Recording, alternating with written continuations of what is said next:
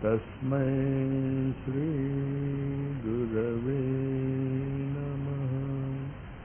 अखण्डमण्डलाकारं व्याप्तं येन चराचरं यत्पदं दर्शितं येन तस्मै श्री गुरवे नमः। ॐ भूर्भुवः स्वः ह्रीं श्रीं क्लीं तत्सवितुर्वरेण्यं भर्गो देवस्य धीमहि धियो यो नः प्रचोदयात्। ह्रीं श्रीं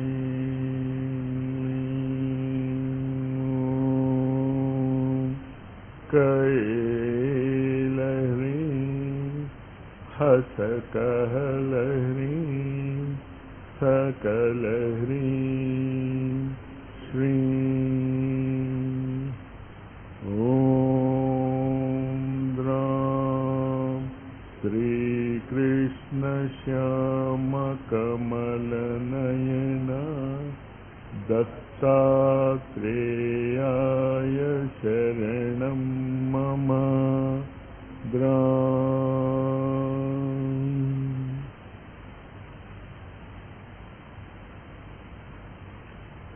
అనంత చైతన్య సాగరంలో ఆ పరమ శాంతి అనుభవిస్తూ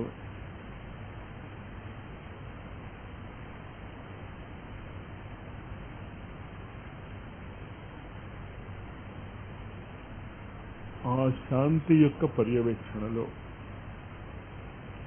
మన జీవితాలను దాని యొక్క సారథ్యంలో మన క్రియాకలాపాలను ఆ యోగ స్థితిలో ఉంటూ యోగస్థ కురు కర్మాణి మన పనులు చేస్తుంటాం. ఇది ట్రిక్. డాక్టరు ఏ చేతనత్వంతో తన పనులన్నీ చేస్తాడు? వైద్యం యొక్క దృష్టికోణంతోనే అన్ని పనులు చేస్తాడు. ఇంజనీర్ దృష్టి ఎలా ఉంటుంది? ఎప్పుడు కూడా ఇంజనీరింగ్ ఆస్పెక్ట్లోనే చూస్తూ ఉంటాడు.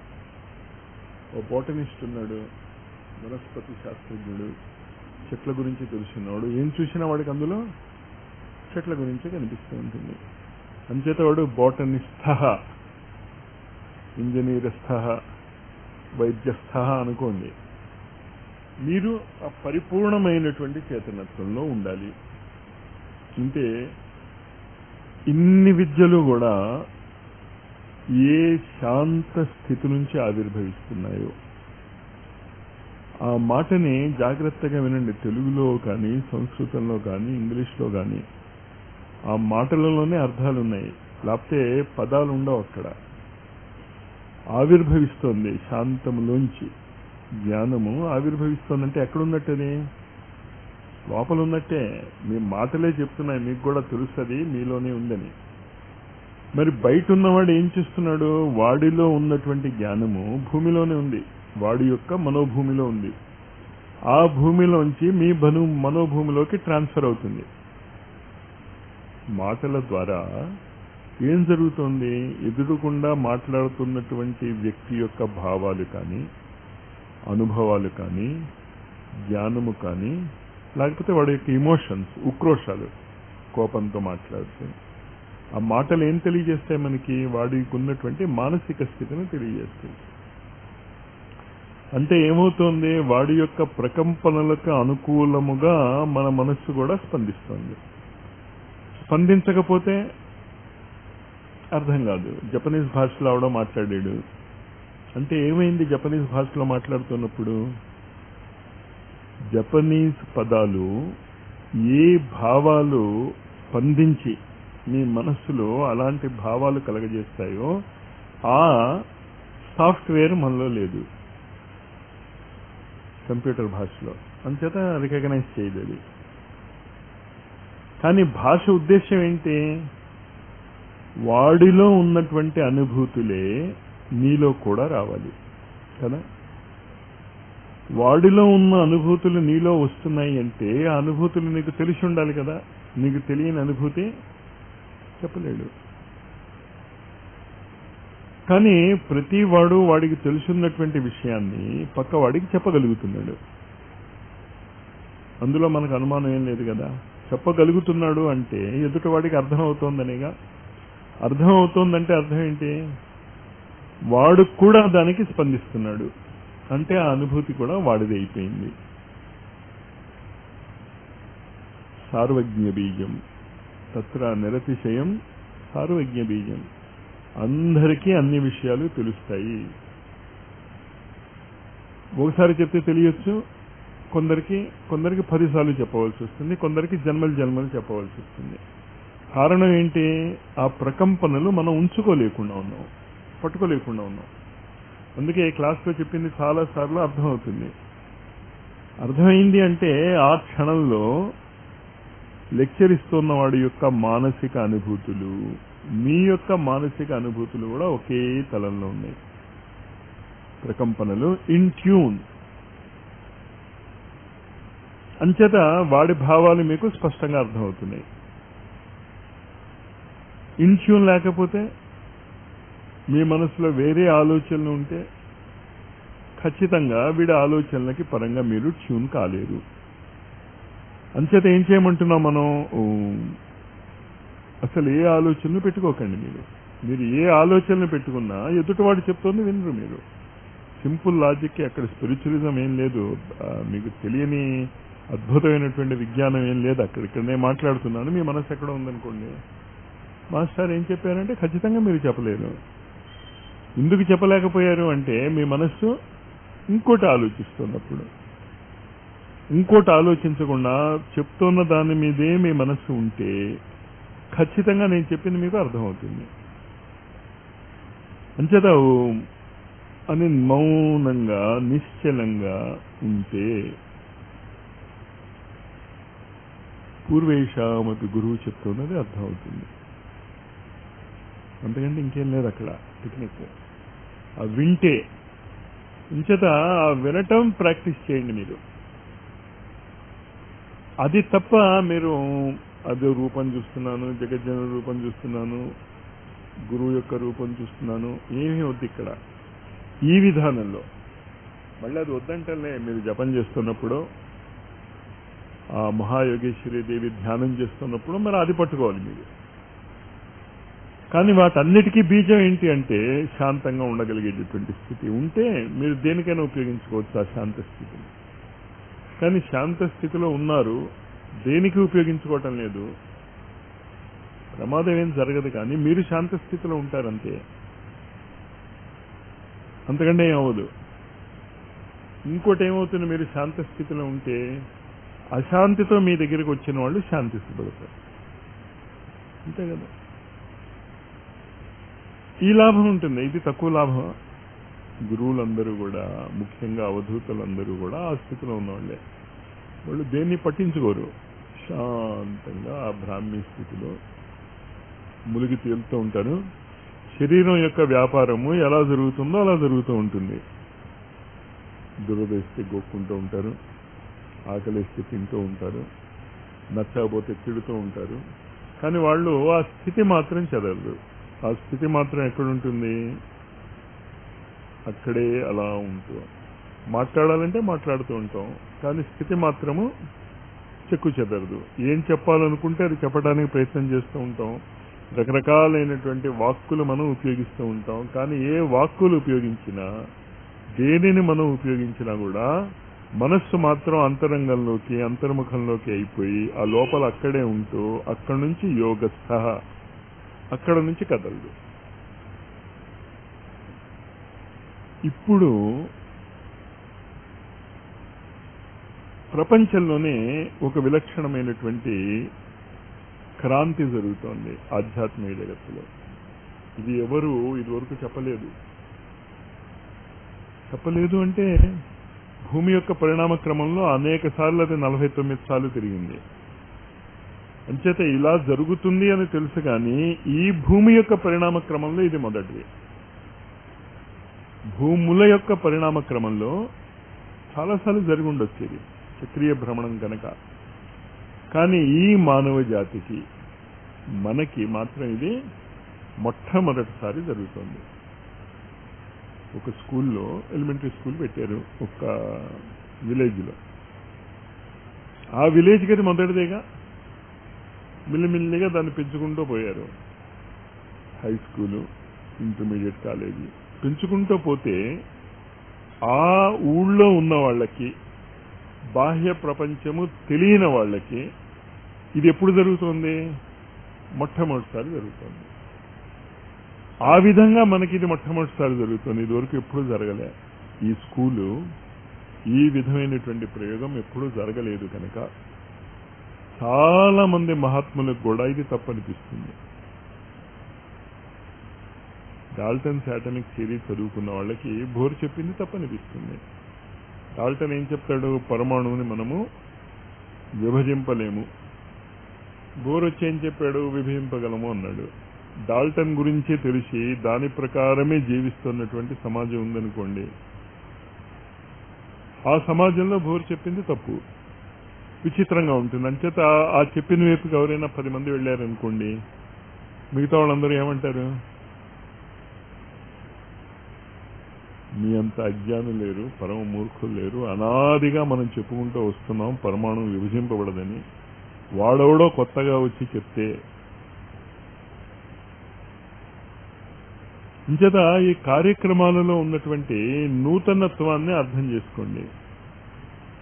ఇన్నాళ్ళు కూడా ఏం చెప్పారు అంటే, మీరు ఆ ఆత్మని దర్శించండి, ఆ ఆత్మలో లయం అయిపోండి, ఆ స్థితిలో అలా ఉండిపోండి. అలా ఉండిపోవటానికి సహజంగా బాహ్య ప్రపంచంలో కుదరదు. అంచేది ఎక్కడికి వెళ్ళాలి? ఏ హిమాలయాలకో, ఏ అడవుల్లోకి వెళ్ళిపోవాలి. ఇంకో చోట కుదరదు కదా.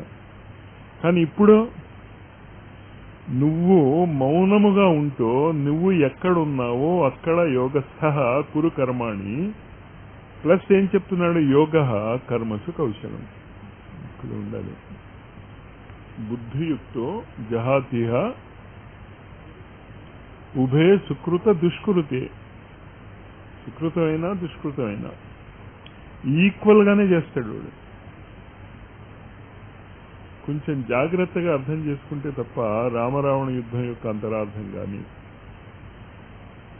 కృష్ణుడు, శిశుపాలుడు, జరాసంధుడు, కంసుడు యొక్క వధ యొక్క అంతరార్థం కానీ మనకి అర్థం కాదు. యోగ కర్మసు కౌశలం.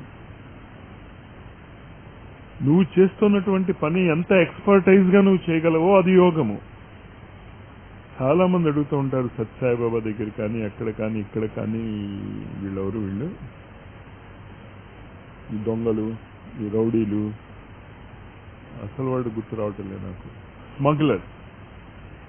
స్మగ్లర్స్ వాళ్ళకి లిఫ్ట్ వస్తుంది, మరి మాకు లిఫ్ట్ రావటం లేదు. నువ్వు అసలు ఏ పనైనా సక్రమంగా చేయగలుగుతున్నావా? యోగ కర్మసు కౌశలం. నువ్వు ఏ పనైనా చేయి, కుశలంగా చేసావు అనుకో, నువ్వు యోగివే. చాలా కష్టం అది అర్థం అవటం మనకి. మనం చాలా మంచివాళ్ళం అనుకుంటాం వాళ్ళని చూసి. మీరు మంచివాళ్ళు కాదు, అసలు మీరు ఎందుకు పనికిరాని వాళ్ళు. ఎందుకు పనికిరాని వాళ్ళం? ఎందుకు మంచి పని చేయలేవు, చెడు పని చేయలేవు. ఎందుకు పనికిరానటువంటి మట్టి ముద్దలం మనం. సక్రమంగా, సమర్థవంతంగా ఏ పని మనం నిర్వహించుకోలేము. కానీ కోరికలకి లోనైనటువంటి వాడు ఏదో విధంగా ఆ పని చేయటానికి ట్రై చేస్తాడు కదా, వాడు కరెక్ట్. ఆ విధంగా ఇంచేత యోగ కర్మసు కౌశలం. నువ్వు చేస్తున్నటువంటి పని నువ్వు కరెక్ట్ అంటే, ఇప్పుడు ఇది మాస్టర్ చెప్పారు కనుక అమ్మయ్య మాకు అర్థం అయిపోయింది, మేము ఇష్టం వచ్చేట్టు జీవించవచ్చు, దానికోసం మిమ్మల్ని ఇక్కడ చేర్చటం లేదు, దానికోసం గురువులు ఈ కార్యక్రమాలు మొదలెట్టడం లేదు. ఇందుకు గురువుల దగ్గర మనకంటే కూడా అలాంటి వాళ్ళు దగ్గర అవుతారు అంటే బంగారం ఉంది అక్కడ. ఆ బంగారాన్ని వాళ్ళు మార్చగలిగితే అశోకుణ్ణి మార్చగలిగితే బుద్ధుడు ఒక అశోకుణ్ణి మార్చాడు. ఆ ఒక్కడు ఏం చేయగలిగాడు? భారతదేశంలో తప్ప ప్రపంచం అంతటా బుద్ధుడు గురించి చెప్పగలిగాడు. నన్ను మారుస్తే వాడికి ఏం లాభం అవుతుంది? కూర్చుని ఉంటాను, బుద్ధుడు జిందాబాద్, బుద్ధుడు జిందాబాద్ అంటాను.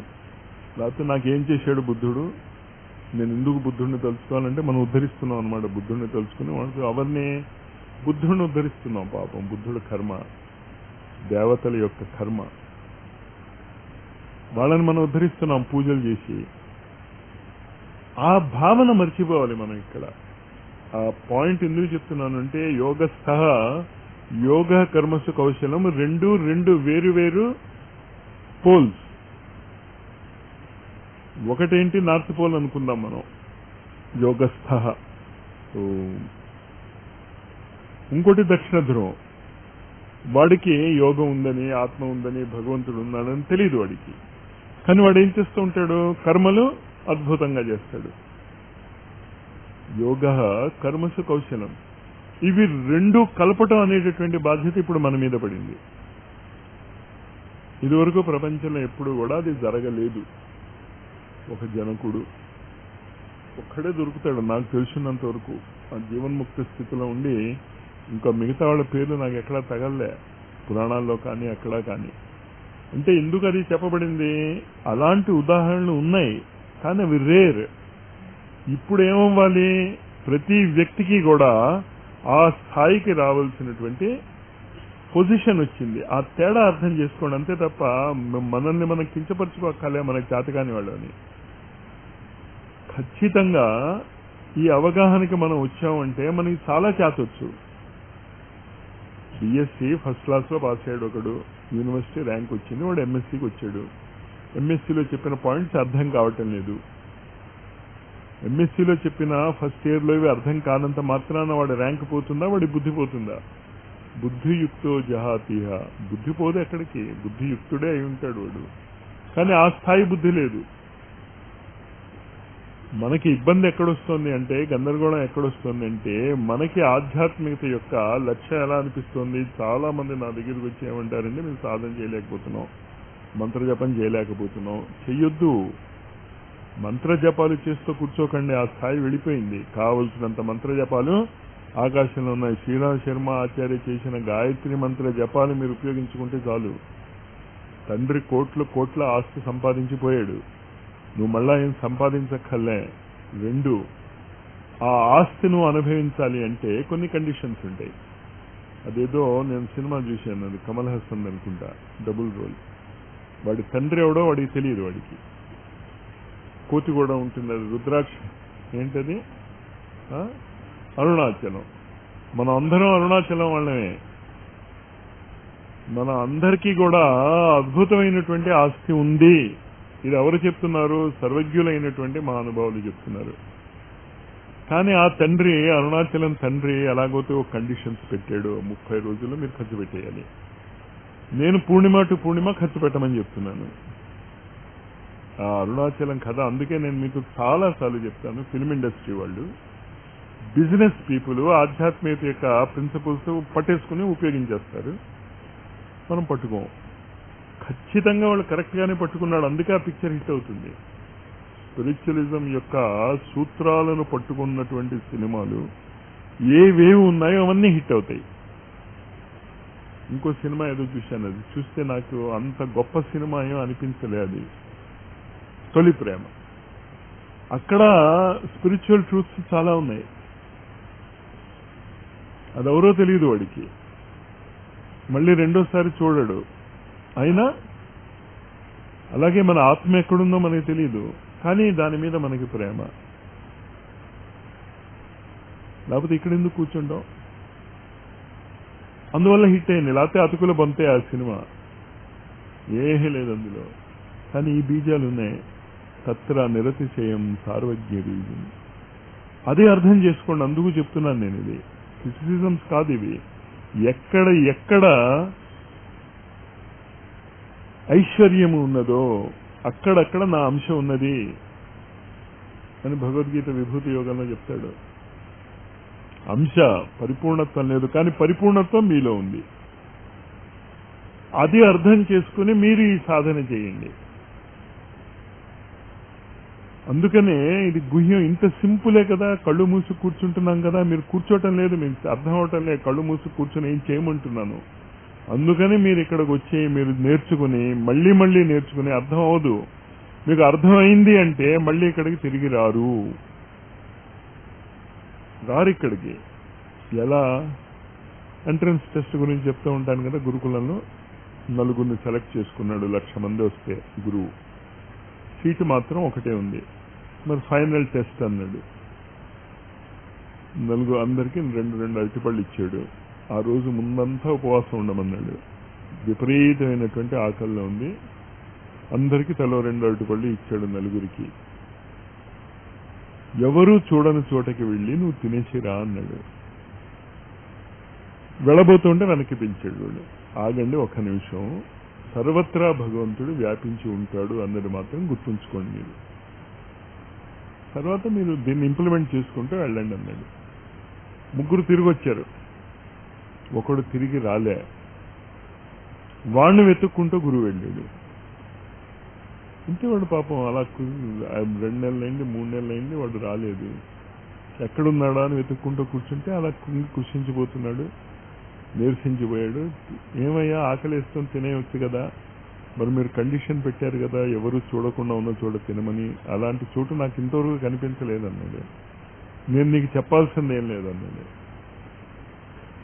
కానీ గురువు అన్ని చోట్ల ఉన్నాడు అని చెప్తూ అతను మన యొక్క ఈ సంపూర్ణ సృష్టిని ధారణ చేసేవాడు. ధర్మం అంటే ధారయతీతి ధర్మ, ధర్మంలో జీవించు అంటే ఈ విషయాలు మీకు అర్థం అవ్వాలి. నా జీవితం ఏమైపోతుంది అని గందరగోళం పడతాం, నా పిల్లలు ఏమైపోతారు అని గందరగోళం పడతాం. ఇమోషన్ వచ్చాక త్యాగం చేసేస్తాం. తర్వాత మళ్ళా తప్పు చేశాను చాలాను, నేను త్యాగం చేయకుండా ఉండవలసింది. ఇది మనం చేసే తప్పు. అంచేత ఏంటి? యోగస్థ. ఒక్కసారి అక్కడికి వెళ్ళిపోయిన తర్వాత అక్కడ ఉండిపోండి. ఉండిపోతే మీరు చేయకదలదు, కాలు కదలదు. మొదట ఆ ఫీలింగే వస్తుంది మీకు. కళ్ళు మూసుకున్నాం, ఆ స్థితిలో ఉంటూ, ఆ స్థితి ఎలాంటిది? అనంతమైనటువంటి శాంతి. అనంతమైనటువంటి శాంతే కాదు, సర్వ సంపదలు అక్కడ ఉన్నాయి, అన్నీ అక్కడే ఉన్నాయి, ఇంకా అన్నీ అక్కడి నుంచి ఆవిర్భవిస్తున్నవే. ఇది మనకి ఎప్పుడైతే అర్థం అవుతుందో, వేద అంటే తునో, ఇది మీరు అర్థం చేసుకోవాలి. ఎప్పుడన్నా బాహ్య జగత్తులో ఎన్ని కష్టాలు ఉన్నాయో, నాకు ఈ బాధలు ఉన్నాయి, నేను ఎదగలేదే, నాకు ఇది తగ్గిందే అనే ప్రశ్న రాదు. ఒక రాజు నాటకాలకి చాలా ఇంట్రెస్ట్, వాడికి సరే బిచ్చగడ రోలు వేయాల్సి వచ్చింది. వేశాక తీనన్నాడు అనుకో ఆ రోలు, ఏం చేస్తాం? మన పరిస్థితి అదే అంటున్నారు గురువులు. మేము తీయం, నేను బిచ్చగాడినే, నేను అడుక్కుంటూనే ఉండాలి, ఎవరినో ఒకరిని అడుక్కోవాలి, ఎవరిని అడుక్కోపోతే భగవంతుడిని అడుక్కుంటా. అడుక్కోవటం ఎందుకయ్యా? వద్దు, నువ్వు అడుక్కోవాల్సినటువంటి పరిస్థితి లేదు అనేటటువంటి రహస్యాన్ని మీరు అర్థం చేసుకుంటే ఆ సర్వవ్యాపకమైనటువంటి ఆత్మరాజ్యం యొక్క వారసులు మీరు అవుతారు. ఆ వారసత్వానికి మీరు చేయాల్సింది ఏం లేదు, వెళ్ళటం, పట్టుకోవటం అంతే. పట్టుకుని వదిలేస్తే దాన్ని, నేను మాత్రం ఆత్మరాజ్యం యొక్క వారసుడినే, కానీ నేను మాత్రం గుంటూరులోనే ఉంటా. నేను ఆత్మరాజ్యం యొక్క వారసుడినే, కానీ నేను చేస్తున్నటువంటి పనులే చేస్తా, అడుక్కు తింటూనే ఉంటా, రాజునే నేను అంటే ఎలా ఉంటుందో అలా ఉంది మన పరిస్థితి. ఏం చేయాలి? అడుక్కు తినడం మానేయాలి. అడగం మనం ఏమి. అడగని వాడు మరి ఏం చేయాలి? రాజు ఏం చేస్తాడు? మొత్తము రాజ్యాన్ని పరిపాలిస్తూ ఉంటాడు, కానీ వాడు స్వయంగా ఎక్కడికి వెళ్ళాడు. వాడు ఉన్నాడు కనుక అన్నీ జరుగుతాయి. చీఫ్ మినిస్టర్ వచ్చి ప్రతిదీ ఇక్కడ తుడిచారా లేదా, అక్కడ చేశాడా లేదా అని చూడు కదా, కానీ వాడు ఉన్నాడు కనుక కానీ వాడు ఏం చేసుకుంటాడు? కొంతమంది వ్యక్తుల్ని తనకి దగ్గరగా ఉంచుకుంటాడు. వాటినే మనం ఏమంటాం? మంత్రులు అంటాం, మినిస్టర్స్ అంటాం. ప్రకృతిలో కూడా విశిష్టమైనటువంటి 7 మంత్రులు ఉన్నారు, ఆత్మరాజ్యాన్ని పరిపాలిస్తున్నటువంటి వాళ్ళు. వాళ్ళనే మనం 7 గ్రహాలు అంటాం. ఆ 7 గ్రహాల ద్వారా సంప్రేషణ జరుగుతుంది, ట్రాన్స్మిషన్ జరుగుతుంది. మన శరీరాల్లో కానీ, డిఎన్ఏలో కానీ, అతి సూక్ష్మమైనటువంటి కణము నుంచి బ్రహ్మాండములోకి కూడా జరిగేటటువంటి ఎనర్జీ ట్రాన్స్మిషన్. ముందు ఏదైనా పని చేయాలి అంటే శక్తిధారలు కావాలి కదా. శక్తి ఉంటే పని జరుగుతుంది, శక్తి లేకపోతే పని ఏం జరగదు. డబ్బు శక్తి కాదు. శక్తికి తస్య వాచక ప్రణవ అని ఎలా అంటాము, శక్తివాచక ధనం అనొచ్చు మనం. ధనం కాగితం ముక్కే, కానీ ఆ కాగితం ముక్క మీద 10 అని అనుకుంటే, 100 అని అనుకుంటే ఏంటి తేడా? 10 కంటే 100 అనేటటువంటి కాగితం ముక్క 10 రెట్లు ఎక్కువ శక్తి కలిగి ఉన్నది. ఆ శక్తి ఎక్కడుంది? కాగితం ముక్కలో ఉందా? మీలో ఉంది. ఆ వ్యక్తే 10 రూపాయలకి కావాల్సిన పని చేయగలడు, 100 రూపాయలకు కావాల్సిన పని చేయగలడు, 1,00,000 రూపాయలకు కావాల్సిన పని చేయగలడు. అవునా కాదా? వాడే 10 రూపాయలు సంపాదించుకుని కూలీవాళ్లాగా ఉంటాడు, వాడే కోట్లు సంపాదించి కోటీశ్వరుడు అవుతాడు. కానీ కోటీశ్వరుడైనా 10 రూపాయలు సంపాదించుకుంటూ నేను చాలా కష్టాల్లో ఉన్నటువంటి వాడికైనా ఇద్దరు ఉపయోగించేదేంటి? డబ్బును కాదు, శక్తిని, ఎనర్జీ. ఈ ఎనర్జీ ఎక్కడి నుంచి వస్తుంది? ప్రకృతిలో ఉన్నదాన్నే కదా మనం ఉపయోగించుకోగలం. ప్రకృతిలో 7 శక్తి కేంద్రాలు ఉన్నాయి. ఆ 7 శక్తి కేంద్రాలను సూర్యుని యొక్క వ్యవస్థగా కనుక మనం చూసుకుంటే 7 గ్రహాలుగా మనకు ఉండేటటువంటి 7 రోజులుగా చూస్తాం. అంచేత మీరు ఏ పని చేసినా ఈ 7 రోజుల్లోనే చేయాలి. మీరు ఈ 7 రోజుల్లో నేను చేయను, పై సంవత్సరం చేస్తాను, పై సంవత్సరంలో కూడా ఈ 7 రోజులే తిరుగుతూ ఉంటాయి. మీకు ఈ 7 రోజుల యొక్క వ్యవస్థ మీరు దాటగలుగుతున్నారా? ఆలోచించుకోండి. కాస్త చెప్పిన విషయం మీకు అర్థమైపోతే అసలు గందరగోళమే లేదు అక్కడ. ఏదైనా మీరు చేయండి. మీరు ఎంత డబ్బున్న వాళ్ళైనా కావచ్చు, డబ్బు లేని వాళ్ళైనా కావచ్చు, ఇద్దరు కూడా ఒకే సామ్రాజ్యంలో జీవిస్తున్నారు. 7 రోజుల సామ్రాజ్యం. అంచేత బైబిల్ చాలా కరెక్ట్ గా చెప్తుంది. అది 7 రోజుల్లో సృష్టి నిర్మాణం పూర్తయినది. తప్పేం చెప్పడం లేవాడు. మనమేం చెప్తున్నాం? ఆ 7 రోజులకు ఇంకో 7 రోజులు రివర్స్ ఆర్డర్లో కలిపి 14 భవనాలు. వాళ్ళకంటే డబుల్. కానీ వాళ్ళకంటే ముందుకేం వెళ్ళిపోలే. వాళ్ళకంటే మన సంస్కృతి కొన్ని కోట్ల యుగాల ప్రాచీనమైనది. వాళ్ళది 2000 ఇయర్సేగా. 2000 ఇయర్స్ లో వాళ్ళంత ఎత్తు ఎదగలుగుతున్నారు. మరి మనకి కోట్లాది కోట్ల సంవత్సరాల సంస్కృతి ఉంచుకుని ఇది కూడా మనకు తెలియదే. ఎంచేత తెలియలేదు? పిండాండ బ్రహ్మాండ సమన్వయము. ఓం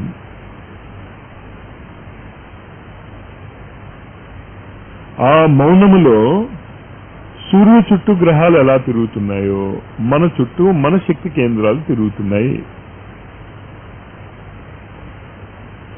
అది అవగాహనకి రావాలి. చక్రవర్తిత్వము. చక్రము అంటే సైకిల్, వర్తన అంటే తిరగటం. అది అర్థమైపోతే మీరు చక్రవర్తులే. మనం చక్రవర్తులం కాలేదు. ఎందుకంటే మన జీవితంలో సైక్లిక్ ప్రాసెస్ లేదు. సూర్యోదయం నుంచి సూర్యాస్తమయము, సూర్యాస్తమయం నుంచి మళ్ళా రెండో రోజు సూర్యాస్తమయం వరకు ఒక చక్రం తిరుగుతూ ఉంటుంది. ఏవం ప్రవర్తితం చక్రం. ఈ చక్రం ఇలాగా ప్రవర్తన చేస్తూ ఉంటుంది. కానీ మన జీవితాలలో ఆ చక్రం తిరగటంలే. ఇవాళ చేసినట్టు రెండో రోజు చేయం, రెండో రోజు చేసినట్టు మూడో రోజు చేయం. ఒక కనెక్టింగ్ లింక్ లేదు. కాలచక్రంలో ఉన్నటువంటి తమాషా ఏంటంటే సెకండ్స్ తిరుగుతూ ఉంటాయి. సెకండ్స్ గా కరెక్ట్ గా 60 సార్లు తిరిగేశారు కదా మినిట్స్ ఒకసారి తిరుగుతాయి. మినిట్స్ కరెక్ట్ గా 60 సార్లు తిరిగేసరికల్లా అవర్స్ తిరుగుతాయి. అది 60 సార్లు తిరిగేసరికి 60 సార్లు తిరిగేసరికి సంవత్సరం, 60 సంవత్సరాలు, 6000 సంవత్సరాల ఒక సైకిల్ ని జటాయువు అంటాం. సీతాపహరణ జరిగిన రోజు 6000 సంవత్సరాలు పూర్తయింది. దేందో తెలియదు మనకి. రామాయణాన్ని అలాగ చదువుకోం మనం. అలా చదవటానికి కావాల్సినటువంటి వాతావరణం మనం కల్పించుకోవటం లేదు. చాలా విచిత్రమైన. దానికి అన్నున్నాడు ఒకడు సంపాతి. ఏ లెవెల్కి ఎదిగిపోయింది అది. జటాయువు వీళ్ళిద్దరు కూడా చిన్న పందెం వేసుకున్నాం. మన పిల్లలు చూసావా, సాయంత్రం పూట ఆడుకుంటూ ఉంటారు, ఇక్కడ నుంచి అక్కడికి ఎవరు ముందు వెళ్తారని, సూర్యుడు వరకు ఎవరు ముందు వెళ్తారు అని పందెం వేసుకున్నారట. అది ఒక పేర్లలోనే చాలా అర్థాలు ఉన్నాయి. పేర్లు కరెక్ట్ గా లేకపోతే మనకి అర్థాలు తెలుసు. జటాయు యొక్క రెక్కలు కాలిపోవటం మొదలెట్టే. అప్పుడు సంపాద ఏం చేస్తుంది, తమ్ముడు కాలిపోతున్నాడు కదా అని తన రెక్కలతో పెడుతుంది. పెడితే ఏమయ్యాయట, తన రెక్కలు కాలిపోయాయి ఆ వేడికి. కానీ జటాయువు ఓకే కిందకి వచ్చాడు. సీతాపహరణం జరిగినప్పుడు జటాయువు రక్షించబోటాడు, ఫెయిల్ అయ్యాడు. సంపాతి దర్శించింది, ఎవడు తీసుకెళ్లాడో ఎక్కడుందో, అక్కడే కూర్చొని చెప్పిస్తుంది ఎక్కడుందో. చాలా విచిత్రమైనటువంటి కథలు ఆ చక్రవర్తిత్వంలో. మరి ఇవంతా అర్థం చేసుకోవాలి అంటే ఎక్కడి నుంచి వస్తుందంటే ఆ మౌనమే. నాకు ఎవడు చెప్తున్నాడు, పుస్తకాల్లో ఉందా ఇది? నాకు ఉంటే ఉండొచ్చు, ఉండకుండా అయినా. కానీ ఆ చక్రవర్తిత్వంలోకి వెళ్తే ఏ చక్రవర్తిత్వం మీరు పట్టుకోవాలి మళ్ళీ మళ్ళీ అర్థం చేసుకోండి. మీరు మౌనంలో కూర్చుని ఆ ఓం యొక్క చక్రవర్తిత్వము, మనం చేసేటటువంటి స్వరాజ్య స్థాపన అది. సూర్యుడు చుట్టూ 7 గ్రహాలు ఎలా తిరుగుతున్నాయో ఖచ్చితంగా మన చుట్టూ కూడా 7 గ్రహాలు తిరుగుతున్నాయి. ఆ 7 గ్రహాల యొక్క ప్రవర్తన మీరు పట్టుకోండి. ఎలా పట్టుకోమని చెప్తారు? శ్వాస ద్వారా. రోజుకి 21,000 శ్వాస, 21,600 శ్వాసలు మూలాధారంలో 600 సార్లు తిరుగుతుంది ప్రవర్తితం. ఖచ్చితంగా అదే టైంకి తిరుగుతుంది, మీ ఇష్టం వచ్చిన టైంకి తిరగదు. కానీ ఇది ఆత్మరాజ్య స్థాపన అంటే. అదంతా తెలియకుండా నేను మౌనంగా కూర్చున్నాను అంటే కుదరదు. అంచేత ఏంటి, మీరు పొద్దున్న 20 నిమిషాలు కూర్చున్న తర్వాత ఇవి నేర్చుకోవటానికి సాయంత్రం వరకు అవస్థపడండి. ఎలా నేర్చుకోవటం? మూలాధార చక్రంలో పృథ్వీతత్వంలో తిరిగేటటువంటి 600 శ్వాసల వల్ల మీ జీవితంలో పృథ్వీతత్వం యొక్క ఎఫెక్ట్ ఎంత ఉన్నది, దాన్ని అర్థం చేసుకునేటటువంటి ఇండస్ట్రీ, దాన్ని వేదిక్ ఇండస్ట్రీ అంటాం. ఫ్యాక్టరీస్ అన్నీ కూడా ఆ చక్రాల బేసిస్ మీదే నడుస్తూ ఉంటాయి. ఫ్యాక్టరీ బాగా డెవలప్ అయిపోతే 24 hour షిఫ్ట్ ఉంటుంది అక్కడ. ఫ్యాక్టరీ బాగా డెవలప్ అయింది, ప్రొడక్షన్ చాలా బాగా ఉంది అన్నదానికి నిదర్శనం ఏంటి? ఇంకా ఫ్యాక్టరీ ఆగదు, మెషిన్స్ ఆగవు. ఒకవేళ మెషిన్స్ వేడెక్కేటటువంటి మెషిన్స్ ఏంటి, ఏం చేస్తాడు వాడు, దానికి ఆల్టర్నేటివ్ పెట్టుకుంటాడు. ఇది 3 గంటలు ఆన్ చేస్తే అది 3 గంటలు ఆన్ చేస్తాడు. కానీ ఎప్పుడు కూడా నిరంతరము అది శ్రమిస్తూనే ఉంది. అంటే ఏం జరుగుతోంది అక్కడ? ఇండస్ట్రీ అంటే దానికి దీనికి మనం లింక్ మర్చిపోయాం. అది ఇవాళ మనం స్థాపించబోతున్నాం.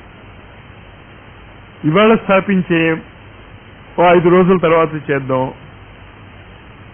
అర్థం కాలే మన ప్రిన్సిపల్. లేట్ చేస్తున్నారు మీరు. ఇవాళ స్థాపించి ఓవర్ నైట్ ప్రొడక్షన్ చేయొచ్చు. ఓవర్ నైట్ మీరు 24 hours వర్క్ చేసేటటువంటి ఫ్యాక్టరీని పెట్టవచ్చు. అసంభవం కాదు అది. ఇలా చేతిపుతాడు. వివాహ భోజనంబు ఏమవుతుంది? వంటకాలు రెడీ అయిపోతాయి, అన్నీ రెడీ అయిపోతాయి, అవంతా తిరిగి వచ్చేస్తే ఎందుకు కాదు, మీకు ఎందుకు కాదు? అక్కడ ఉంటే తప్పు ఎక్కడ జరిగింది అంటే ఆలోచనకి పనికి మధ్య గ్యాప్ వచ్చేసింది. భగవంతుడి గురించి మనం ఏం చెప్పుకుంటాం? సంకల్ప సిద్ధుడు. సంకల్పం చేస్తాడు, జరిగిపోతుంది. అది సంకల్పం చేస్తారు, జరిగిపోతుంది అనే దాని లింక్ ఎలా వస్తుంది మీకు? తక్షణమే మీరు అమల్లో పెట్టగలిగితే, వర్షం కురుస్తోంది మాస్టారు ఎట్టా, ఆ వర్షం కురవటమే అనుగ్రహం అని ఎప్పటికి మీకు అర్థం అవుతుంది. స్వాధిష్టాన చక్రము రుచికి కావలసినటువంటి చక్రము. జలము లేకపోతే సృష్టి ఉండదు, నీరు లేదు, సృష్టి లేదు. సైంటిస్టులందరికీ ఈ విషయం తెలుసు. అందుకే ప్రపంచంలో ఈ విశాల అంతరిక్షంలో ఎక్కడైనా సృష్టి ఉన్నదా అంటే సైంటిస్ట్ దేని గురించి వెతుకుతారు? నీరు ఉన్నదా? నీరు ఉంటే ఖచ్చితంగా ప్రాణం ఉంటుంది. ఆ ప్రాణశక్తి కురుస్తూ ఉంటే నేను లోపల కూర్చుంటానంటే ఏమంటాం? తెలిస్తే ఏం చేయాలి? జపం ఎందులో చేయమంటాం? మ్యాక్సిమం బెనిఫిట్కి, ముఖ్యంగా గాయత్రి జపం ప్రవహిస్తున్న నీటిలో చేయమంటాం కదా. మరి వర్షం కురుస్తూ ఉంటే మీరు లోపల ఎందుకు కూర్చుంటారు? లోపల కూర్చుని ఏం చేయాలి? నేను తడవమని కాదు నేను చెప్పేది, ఉత్తరే తడిస్తే ఎలాగో పని. నీళ్లు కురుస్తున్నాయి కనుక ఆగిపోతుందంటే నేనేం చేసేది? చాలాసార్లు చెప్పాను నేను, వర్షపు చినుకులు మన పని ఆపితే మిమ్మల్ని చాలా ఈజీగా కంట్రోల్ చేయొచ్చు. మీ పని ఆపేయాలి అంటే కాస్త నీళ్లు జల్లితే చాలు, మీరు ఆగిపోతారు. మరి అంత చేత కాని వాళ్ళం, ఇంచేత అవగాహన లేక. చాలాసార్లు చెప్పాను నేను, మా గురుదేవుల దగ్గరికి వెళ్ళినప్పుడు మొట్టమొదట ఒక పెను తుఫాన్లో వెళ్ళాను నేను, కొట్టుకుపోయాయన్నీ కూడా. ఉళ్ళు మండింది, ఈయనేం గురువు వర్షం కూడా ఆపలేకపోయాడని. ఆయన నా పక్క నుంచే వెళ్ళాడు, అంతవరకు ఆయన చూడలేను నేను. 1971 16th జూన్ రాత్రి అది జరిగింది ఆ సంఘటన. వెళ్ళాను నేను, తెలియదేమీ నాకు అసలు. అక్కడ 5 లక్షల మంది క్యాంప్ చేసి ఉన్నారు, 5 లక్షల మంది. బృందావనం మథుర మధ్య రోజులో 5 లక్షల మంది. ఆయన అంటే మథుర వదిలేసి హరిద్వార్ వెళ్ళిపోతున్నాడు ఆయన, మకాం మార్చిస్తున్నాడు అనమాట. లాస్ట్ బ్యాచ్ అనమాట మథురలోది. నేను అటెండ్ అయింది. 5 లక్షల మంది ఉన్నారు అక్కడ. సరే, ఇలా 2 రూపాయలకి భోజనం అని ఒక రకరకాల మనుషులు వస్తూ ఉంటారు కదా, మరి భోజన వసతులు అవి 5 లక్షల మందికి ఆయన మాత్రం ఎక్కడ చూస్తాడు? రకరకాల వ్యవస్థలు ఉన్నాయి. అసలు ఆ 2 రూపాయలు కూడా లేదు నా దగ్గర ఆ రోజు. సరే అన్నాను, ఎక్కడో ఎవరితోనో కలిసి తిన్నాను నేను. తిన్న తర్వాత సాయంత్రం 4:30 ఎంతో అయింది, గాఢంగా అలుముకుపోయింది, వర్షం స్టార్ట్ అయింది. ఇంకా నా పరిస్థితి చూడండి, ఎవడు తెలియదు అసలు నాకు, ఎవ్వరూ పరిచయస్తులు లేరు అక్కడ, ఒక్కడు లేడు. నేను ఒంటరి వాడిని, 5 లక్షల్లో ఒక్కడిని. నన్ను పట్టించుకునేవాడు ఎవడు లేడు అక్కడ. మొహమాటం అడగాలంటే చెప్పాగా ఎంఎస్సీలో నా స్థితి ఎలా ఉండేదో. అప్పుడు ఇంకా రీసెర్చ్లోకి వచ్చాను, అడగలేను ఎవరిని ఏమి. విపరీతంగా కుట్టింది వాన. 5 లక్షల మంది ఉండటానికి డేరాలు అవి అవి వేశారు, చాలా జాగ్రత్తగా, పక్కన అన్ని కొట్టుకుపోయి. సరే, ఏదో మూల పడున్నాను నేను. కానీ వర్షంలో తడవటం ఇష్టమే నాకు చిన్నప్పటి నుంచి, అంచేత అదేం పెద్ద బాధ కలగజేయలే. పడుకుని ఉంటే గొడవతో లేచా. అంటే గురువు గారు వస్తున్నారు, గురూజీ ఆరే అంటే, ఈయనేం గురువులే, వర్షం కూడా ఆపలేడు అని పడుకుని ఉన్నాను. నేనేం లేవలే. అంటే ఆయన మాటలు వినిపిస్తున్నాయి, పక్క గుడారంలోనే ఎక్కడో వచ్చి ఉంటాడు, నాకు గుర్తులేదు కరెక్ట్గా. ఆ చీకట్లో చెప్తున్నాడు, ఇంద్రుడు ఎప్పుడూ కూడా మనకి పడదు, ఇంద్రుడికిను కృష్ణావతారంలోనూ నన్ను ఇలాగే హింసించాడు, నేనేదో ప్రోగ్రాం పెడితే వర్షం కురిపించాడు, ఏం చేస్తాం, కొండను ఎత్తేస్తాం. కొండకి ఇంకొక పేరు ఉంది, గిరి అని. గిరి అంటే మాట అని కూడా అర్థం ఉంది, అది అర్థం చేసుకోండి. మన వర్ష చినుకులు పడుతున్నాయా? అంచేత ఆయనకి మనకి ఎప్పుడు పడదు, కానీ మనమే ఎప్పుడు గెలుస్తాం చివరిలో.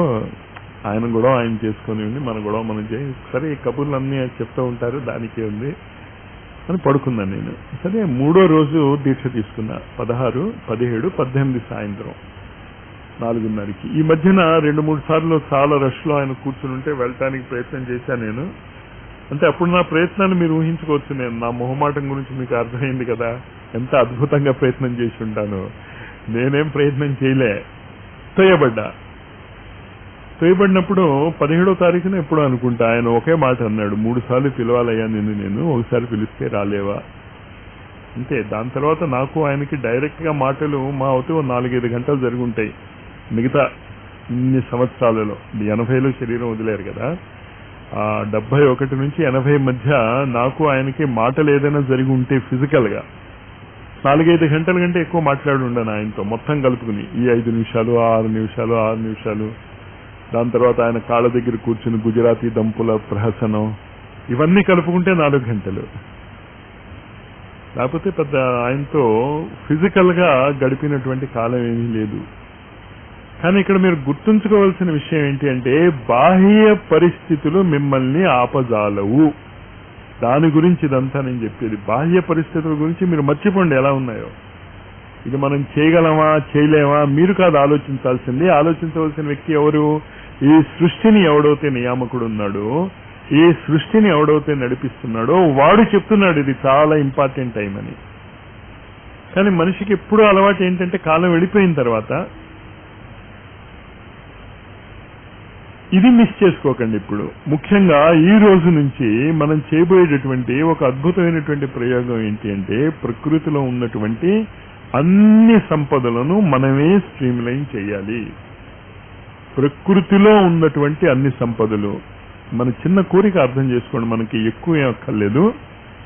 ప్రకృతిలో ఉన్న అన్ని సంపదలు అంటే భూమి మీద ఉన్న అన్ని సంపదలు కాదు, భూమి కాకుండా ఇంకా చాలా చాలా చాలా ఉన్నాయి అంతరిక్షంలో. ఆ సంపదలన్నింటినీ కూడా స్ట్రీమ్లైన్ చేసుకుందాం, అంతకంటే ఎక్కువ చేయొద్దు మనం. కానీ అది చెయ్యాలి అంటే మీరు ఆత్మరాజ్య స్థాపన చేసుకుంటేనే జరుగుతుంది. అది నటిస్తే జరగదు. ఆ ఆత్మరాజ్య స్థాపన చేసుకోవటానికి ఎన్ని గంటల టైం కావాలి? ఈ క్షణమే, తక్షణమే. స్వల్పమప్యస్య ధర్మస్య అపిచేత్ సుదురాచారో భజతే మామను. లాస్ట్ నుండి అపిచేత్ సుదురాచారో భజతే మామనన్యభాగ్ సాధురేవ సమంతవ్య సమ్యగ్ వ్యవసతో హి సహా. ఇన్నాళ్ళు మనం ఎలా జీవించామో మనకు అనవసరం. ఎలక్షన్స్ కి ముందు రోజు వరకు కాంగ్రెస్ గవర్నమెంట్, ఎలక్షన్ అయిపోగానే బీజేపీ గవర్నమెంట్. బీజేపీ గవర్నమెంట్ వచ్చిన మరుక్షణం నియమాలన్నీ మారిపోతాయి కదా, లేకపోతే టైం పడుతుందా మారటానికి? తక్షణమే మారిపోతాయి. దాన్ని బట్టి ఇండస్ట్రీ యొక్క ఇండెక్స్లు మారుతూ ఉంటాయి. గవర్నమెంట్ మారుతూ ఉంటే ఇండస్ట్రియల్ యొక్క ఇండెక్స్ మారుతూ ఉంటుంది. మనము శాశ్వతమైనటువంటి సనాతనమైనటువంటి నిత్యనూతనమైనటువంటి ఏ విధమైనటువంటి అప్స్ అండ్ డౌన్స్ లేనటువంటి రాజ్య స్థాపనకి ప్రయత్నిస్తున్నాం మనం. అంచేత ఈ రాజ్య స్థాపన ఎలక్షన్స్ తో రాదు. ప్లస్ నీకు ఎలక్షన్ చేసుకునే హక్కు లేదు. నీకు ఎందుకు హక్కు లేదు అంటే, మీరు పిచ్చివాళ్ళలాగా చిన్నపిల్లలాగా ఆడుకుంటున్నారు తప్ప, మీకు సమ్యక్ వ్యవసితో హి సహా కరెక్ట్ గా మీకు అర్థం అవుతే వీటన్నిటినీ మించినటువంటి ఒక మహాకాల చక్రము రాజుల్ని రారాజులు చేస్తుంది. దాని మూడు పాడైపోతే ఆ రాజులే మళ్ళా అడుక్కు తింటారు. కానీ ఆ ఆత్మరాజ్యములో ఉన్నటువంటి వ్యక్తి ఎప్పుడు అడుక్కుతిండు? ప్రశ్నే లేదు. వాడు క్రైస్త గురించి అంత గందరగోళం అక్కడే పడింది. I'm the king of Kings అంటే రోమన్ సామ్రాజ్యం గాభరపడిపోయింది. వీడు నా మీద పోటీకి వస్తున్నాడేమో. ఖచ్చితంగా పోటీకి వచ్చాడు, గెలిచాడు. రోమన్ సామ్రాజ్యం పోయింది, కానీ ఆయన ఉన్నాడు. ఇప్పటికీ ఆయన ఉన్నాడు, ఎప్పటికీ ఉంటాడు. వాడు పేరు మారుతుందంటే. క్రిస్టియానిటీ తప్పు కానీ క్రైస్ట్ తప్పు కాదు. హిందూయిజం తప్పు కానీ హిందువుల యొక్క ధర్మము తప్పు కాదు. మనం ఎవ్వరం హిందువులం కాదు. ఇంకేంటి ఇవేమీ తెలియవు మనకి. కాలచక్రంలో ఉన్నటువంటి ఈ అద్భుతమైనటువంటి వ్యవస్థ, ఈ యుగాల యొక్క వ్యవస్థ, మన శరీరముల యుగాల వ్యవస్థ. ఆ యుగాల వ్యవస్థ మీకు తెలిసినప్పుడు ఏమవుతూ ఉంటుంది? ఎంత పెద్ద రాజైనా పడుకోవాల్సిందేగా, మళ్ళా నిద్రలేస్తూ ఉంటాడు. ప్రకృతిలో కూడా అలాగా ఆ కాలచక్ర భ్రమణం జరుగుతుంటుంది. కానీ ఈ యోగ స్థితి మాత్రము మారదు. అలాంటి యోగ స్థితి కలిగినటువంటి వ్యక్తుల సమూహంగా మనం మారాలి. ఈ ఎలక్షన్స్ లో మనం నుంచుంటున్నాం అంటే మీకు నేను చెప్పింది ఏమీ అర్థం కాలే. మీరు నుంచోరు, మీరు శాసిస్తారు. సత్యసాయిబాబా నుంచుంటున్నాడా ఏంటి? మీరందరూ ఓటు వేసి నిలబెట్టారా ఆయన్ని? కానీ ఆయన ఏం చెప్తే అది కరెక్ట్. ఒకవేళ షిర్డీ సాయిబాబా జీవించి ఉండుంటే ఈనాడు మనం ఏమైనా ఓటు వేస్తామే ఏంటి ఆయనకి? ఓటు వెయ్యం.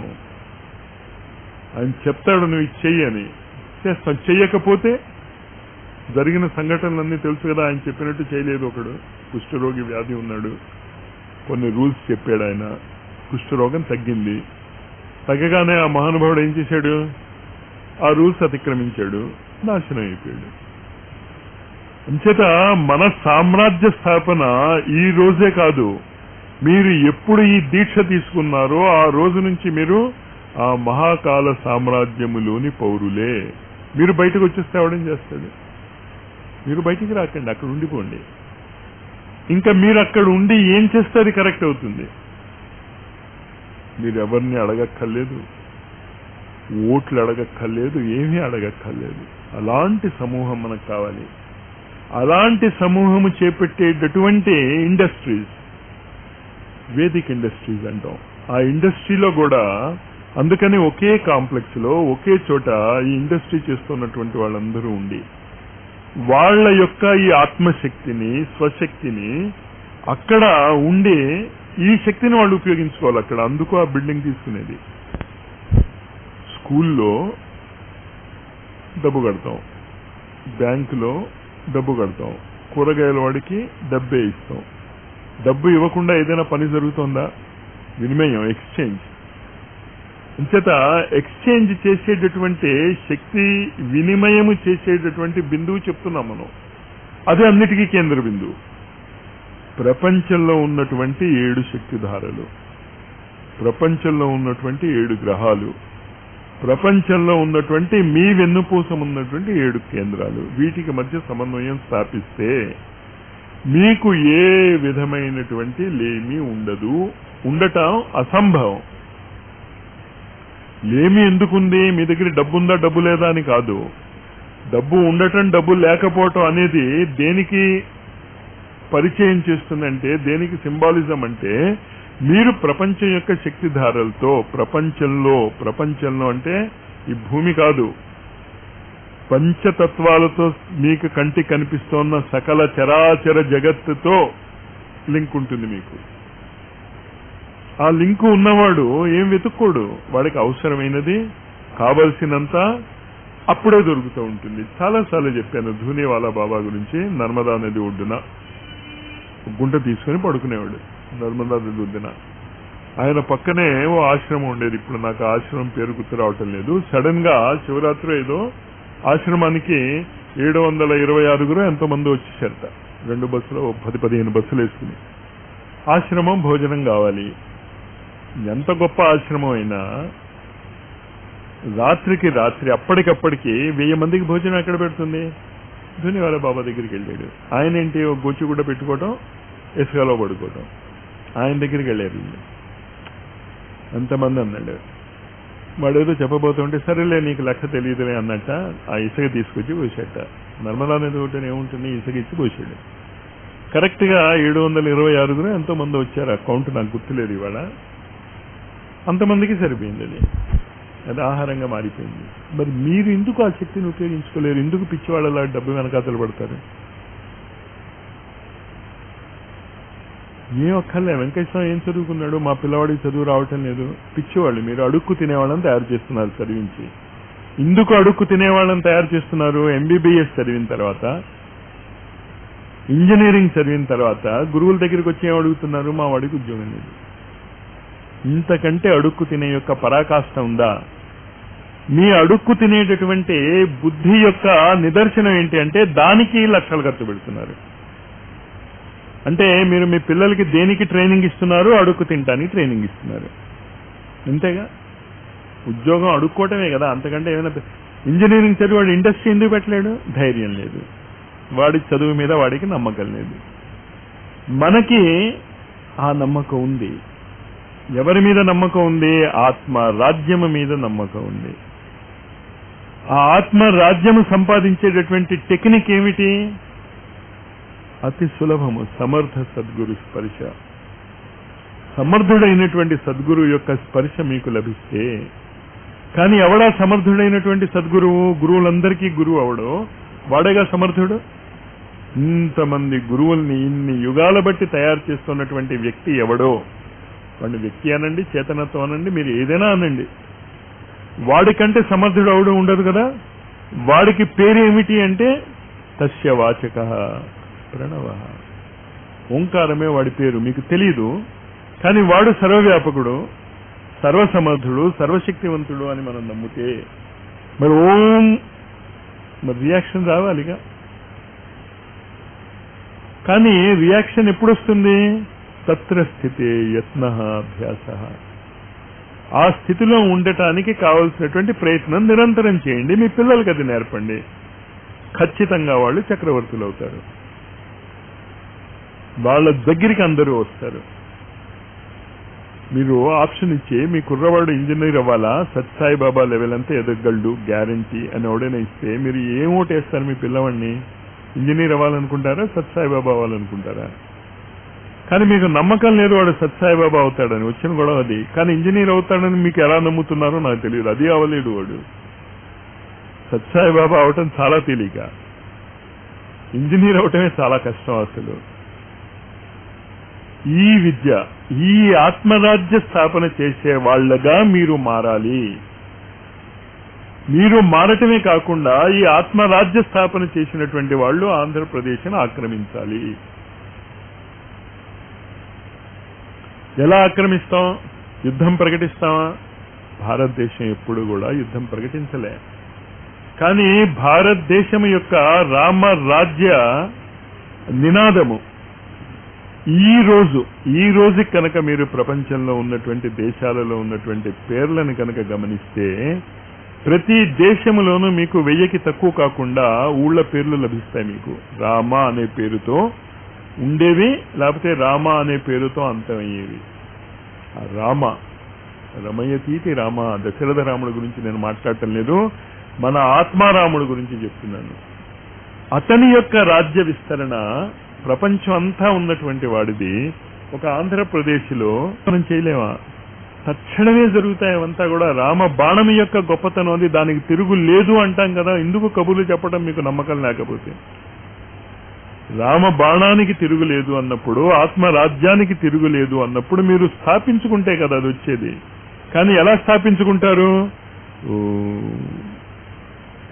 అనేటటువంటి సమర్థ సద్గురు స్పర్శ, ఓ వశిష్ఠుని యొక్క స్పర్శ, ఓ విశ్వామిత్రుని యొక్క స్పర్శ, ఓ అత్రి మహర్షి యొక్క స్పర్శ. ఆ 7 ఋషుల పేర్లు అక్కడ ఉన్నాయి.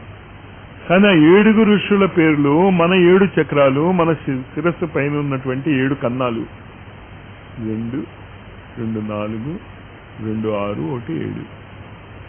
ఆ 7 ఋషులకి వీటికి సంబంధం ఉంది. మీకు గాయత్రి రామాయణం చెప్తున్నప్పుడు ఎప్పుడు చెప్పాను నేను మీకు. ఈ సంబంధం మీకు తెలిస్తే మీరు ఎక్కడికి వెళ్ళక్కర్లే, ఇక్కడే కూర్చుని మీరు ప్రపంచాన్ని మార్చేయవచ్చు. ప్రపంచం అంటే పృథ్వీని కాదు, మొత్తం ప్రపంచం అని మీకు దృశ్యమానం అవుతున్నటువంటి సకల చరాచర జగత్తుని మీరు ఆ 7 ఋషుల యొక్క ధారల్లోకి ప్రవహింపజేయగలరు. ఇప్పుడు ఆ 7 ఋషుల యొక్క సామ్రాజ్యమే ఉన్నది. ఇప్పుడు కూడా మీకు తెలిసినా తెలియకపోయినా, కానీ మనం ఈ ఎలక్షన్స్ అనుకుని అవి అనుకుని ఒకళ్ళ మీద ఒకళ్ళు పడి అవగాహన లేనటువంటి నిజంగా పిచ్చి బతుకులు బతుకుతున్నాం. ఎప్పటికి దానికి ఫుల్ స్టాప్ వస్తుంది మీకు అర్థమైంది కదా. మీరు ఎందుకు ఫుల్ స్టాప్ పెట్టరు? దానికి మీకు అర్థమవుతే పెట్టాలి. మీరు ఎలా పెడతాం? టైం జోన్స్ అర్థం చేసుకోండి. ఆ టైం జోన్స్ లో మన వాళ్ళు ఎవరెవరు ఎక్కడున్నారో కలుసుకోండి. ఉత్తరాలు రాయండి, వాళ్ళకి టెలిగ్రామ్స్ ఇవ్వండి. మళ్ళీ ఎలక్షన్ టైం రాదు. ఎలక్షన్ టైంతో మాకు ఏం సంబంధం, సూర్యోదయంతో మాకు ఏం సంబంధం అన్నట్టే ఉంటుంది. పిచ్చి ప్రశ్న. అంటే ఏమీ అర్థం కాలేదు. చక్రవర్తిత్వము మహాకాలుడి యొక్క cyclic process. As above so below. సూక్ష్మ జగత్తులో జరిగే మార్పులే భౌతిక జగత్తులో ప్రతిబింబిస్తాయి. ఈ సూత్రాన్ని మీరు అర్థం చేసుకోండి. అంచేత భౌతిక జగత్తులో ఎలక్షన్స్ వచ్చాయి అంటే అర్థం ఏంటనమాట? మళ్లీ ఆత్మరాజ్య స్థాపనకి మీకు ఛాన్స్ దొరికింది. ఇప్పుడు నేను చెయ్యను, ఈ ఎలక్షన్లో నేను పోటీ చెయ్యను అన్నవాడికి మళ్ళీ ఎప్పుడు ఎలక్షన్ వస్తే అప్పుడే. ఈ మధ్యన రాదు మీకు, మళ్ళీ ఛాన్స్ రాదు మీకు. ఇది అంచేత ఈ ఆత్మరాజ్య స్థాపన కొరకు మీరు కష్టపడండి. ఏమవుతుంది మనకు అనవసరం. ఆ మహాకాల చక్రవర్తి యొక్క శక్తి చేయగలిగితే చేస్తుంది, చేయలేదు మనకేంటిట. కానీ మనకు అర్థమైంది కదా, ఈ అనంతమైనటువంటి శక్తితో మీరు ఈ క్షణమే సంబంధం పెట్టుకోవచ్చు కదా. సంబంధం పెట్టుకోండి. ఆ సమర్థ సద్గురు యొక్క స్పర్శని స్వీకరించండి. స్వీకరించిన తర్వాత అక్కడ నుంచి మీరు చ్యుతులు కాకండి. చ్యుతులు కానటువంటి వాళ్లే అచ్యుతులు అనిపిస్తాడు. అంచేతే భగవద్గీతలో ఏం చెప్తాడు వాడు, రథం స్థాపయమే అచ్యుత. చ్యుతి పొందినవాడు ఈ రథాన్ని నడుపుకోలేడు. మనం ఆ స్థితిలోనే లేము, అసలు ఎప్పుడు చ్యుతస్థితిలోనే ఉన్నాం. వీడిపోయాం, అక్కడి నుంచి సెపరేట్ అయిపోయాం ఆత్మ సామ్రాజ్యం నుంచి. అంచేత మనం ఏం కోరుతున్నాం ఆ గురువుని, నాకు అంత శక్తే ఉంటే నువ్వు సర్వసమర్థుడు ఎలా అవుతావు? నేనే సర్వసమర్థుడిని అయ్యేవాడిని. సర్వసమర్థుడు దగ్గరికి నేను నా ప్రయత్నంతో వెళ్ళగలిగితే, సర్వసమర్థుడిని నేను లొంగ తీసుకోగలిగితే, సర్వసమర్థుడు నేను చెప్పినట్టు వినాలి. అదేగా మన కోరికలంతా భగవంతుడు అని చెప్పినట్టు వినాలని. అప్పుడు మీ పిచ్చి కానీ మీరు సర్వసమర్థులు అవుతారు. భగవంతుడు కనుక, దేవతలు కనుక మీరు చెప్పినట్టు చేస్తే, మీ కోరికలు తీర్చుతూ కూర్చుంటే ఎవడు గొప్పవాడు? మరి మీరు పిచ్చివాళ్ళు దేవతలను ఎందుకు ప్రార్థించడం లేదు? సరెండర్ కావండి. యతీనాం బ్రహ్మ భవతి సారథి. ఆయన యొక్క సారథ్యాన్ని మనం శీర్షవహిద్దాం. ఆయన చెప్పినట్టు నడుద్దాం.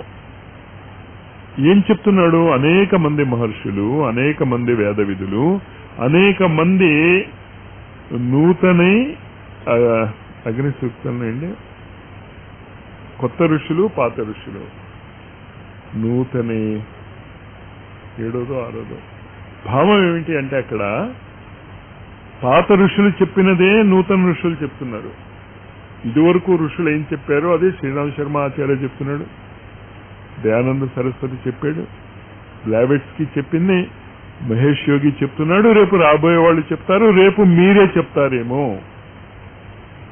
మీరే ఆ ఋషులుగా మారుతారేమో. కొంచెం మీరు ధైర్యం చేయాలంతే. ఇంచేత ఋషులుగా మారటం అనేటటువంటి ప్రక్రియ తక్షణమే జరిగేటటువంటి ప్రక్రియ. జరిగిన తర్వాత మారకుండా మీరు ఆపుకోగలిగితే కంటిన్యూ అవుతుంది, ఆపుకుంటే అక్కడ అడ్డుపడుతుంది. అంచేత ఎక్కడ మనం మారిపోతామేమో అని మనం ఏం చేస్తాం, పొద్దున్న సాయంత్రం ఇది గుర్తు చేసుకుంటూ ఉంటాం. సమర్థ సద్గురు స్థాపన యొక్క, సమర్థ సద్గురు స్పర్శ యొక్క ధ్యాన విధానము ద్వారా ఆత్మరాజ్య స్థాపన